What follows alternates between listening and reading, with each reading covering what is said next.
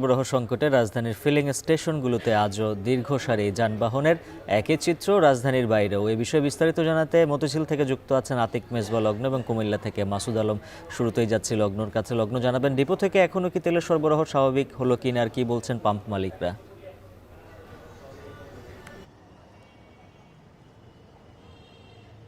উজ্জ্বল, একেবারেই জানাতে চাই রাজধানীতে গেল কয়েকদিনের যে চিত্র সেটি আজকে অপরিবর্তিত অবস্থায় রয়েছে এবং অগত্যা আজকে দেখলাম বেশ কিছু জায়গায় রয়েছে, বেশ কিছু জায়গায় আমরা দেখেছি যে পাম্প রয়েছে, সেই পাম্প কিন্তু বন্ধ অবস্থায় রয়েছে। এই জন্য আমরা দেখেছি যে খুব চাপ পড়েছে শাহবাগ, মতিঝিল এই পাম্পগুলোতে। আমি এখন যে পাম্পটিতে রয়েছি এখানে অকটেনের মজুদ শেষ হয়ে গেছে। এখানে পেট্রোলের মাধ্যমেই যারা গাড়ি চালক রয়েছেন তারা এখানে জ্বালানি সংগ্রহ করছেন। কিছুক্ষণ আগে কথা হচ্ছিল এখানকার কর্তব্যরত একজনের সাথে, তিনি স্পষ্টভাবেই জানিয়ে দিয়েছেন যে এখানে কিছু সংখ্যক পেট্রোল অকটেনের মজুদ এসেছে, সেটি দিয়ে আসলে 2-3 ঘন্টা বা 4 ঘন্টা পর্যন্ত চালানো যেতে পারে।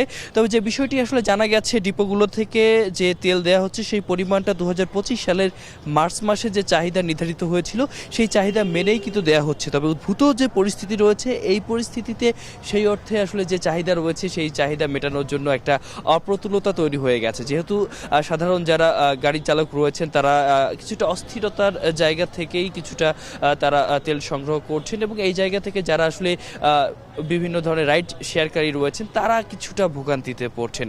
তবে আমরা ডিপোগুলোর বিষয়ে কথা বলেছিলাম পাম্প ওনার্স অ্যাসোসিয়েশনের যে সভাপতি, তার সাথে তিনিও আসলে বলছেন যে আসলে যে ধরনের চাহিদা তৈরি হয়ে গেছে সেই চাহিদা মেটানোর যে জায়গা রয়েছে সেখানে কিছুটা ঘাটতি রয়েছে ডিপোগুলো থেকে এবং সেখান থেকে আসলে একটা অপ্রতুলতা তৈরি হয়েছে এবং যেহেতু লম্বা লাইনে দাঁড়িয়ে যারা ক্রেতারা রয়েছেন তেল সংগ্রহ করছেন তারা আসলে বেশ ভোগান্তিতে পড়ছেন এই জায়গা থেকে। তাদের যে চাহিদা রয়েছে সেটি কিন্তু মেটানো সম্ভব হচ্ছে না।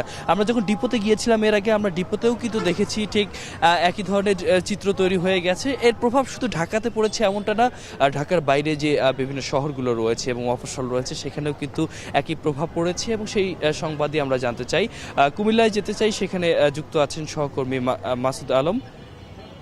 তো মাসুদের কাছে জানতে চাইব বিস্তারিত। লগ্ন একই পরিস্থিতি হচ্ছে কুমিল্লা। তো কুমিল্লার যে পেট্রোল পাম্পগুলো রয়েছে সেগুলোতে গত 20 থেকে 25 দিনের যে সংকট জ্বালানি তেলের সেটি কিন্তু অব্যাহত রয়েছে। একই চিত্র আমরা দেখেছি কুমিল্লার শহর এবং শহরের বাহিরের সড়ক, মহাসড়কের যে ফিলিং স্টেশনগুলো রয়েছে সেগুলোতে এই যে সংকট তেলের সে সংকট চলছে। এখানে বেশিরভাগ সংকট হচ্ছে অকটেন এবং পেট্রোল জাতীয় তেলের।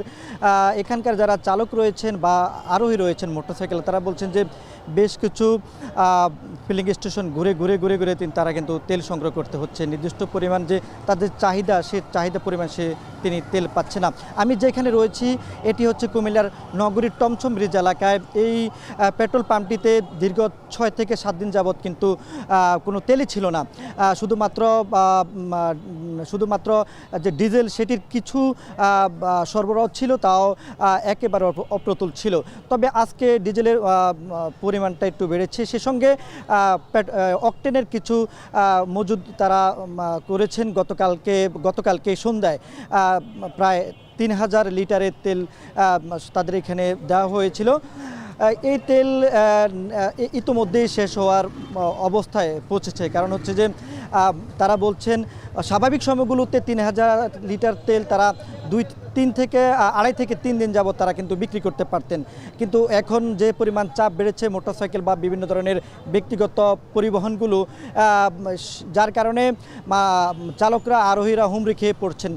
তারা শুরুতে যে যার মতো করে চাহিদা পরিমাণ মতো তারা তেল বিক্রি করেছেন সবার কাছে, কিন্তু এখন যখন সংকট তৈরি হচ্ছে ধীরে ধীরে, এখন প্রতি মোটরসাইকেল আরোহী কিংবা যে প্রাইভেট কার বা অন্য যে চালক রয়েছেন, গাড়ি রয়েছেন, যানবাহন রয়েছেন, সেগুলোতে তারা কোটা ভিত্তিক তেল দিচ্ছেন। মোটরসাইকেলে 2 লিটার এবং প্রাইভেট কারগুলোতে তারা 1000 টাকার করে তেল তারা বিক্রি করছেন। তো তারা বলছেন যে আমরা সকালবেলায় কুমিল্লার যে পাম্প মালিক সমিতি রয়েছে, সাধারণ সম্পাদকের সাথে কথা বলছি, তারা বলছেন যে কুমিল্লাতে প্রায় 70% পাম্পগুলো কিন্তু তেল দেওয়া বন্ধ করেছে।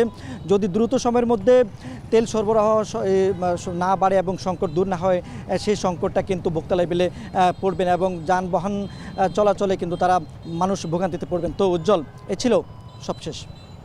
কুমিল্লা মতিঝিল থেকে জ্বালানি পরিস্থিতির খবর জানাচ্ছিলেন সহকর্মীরা।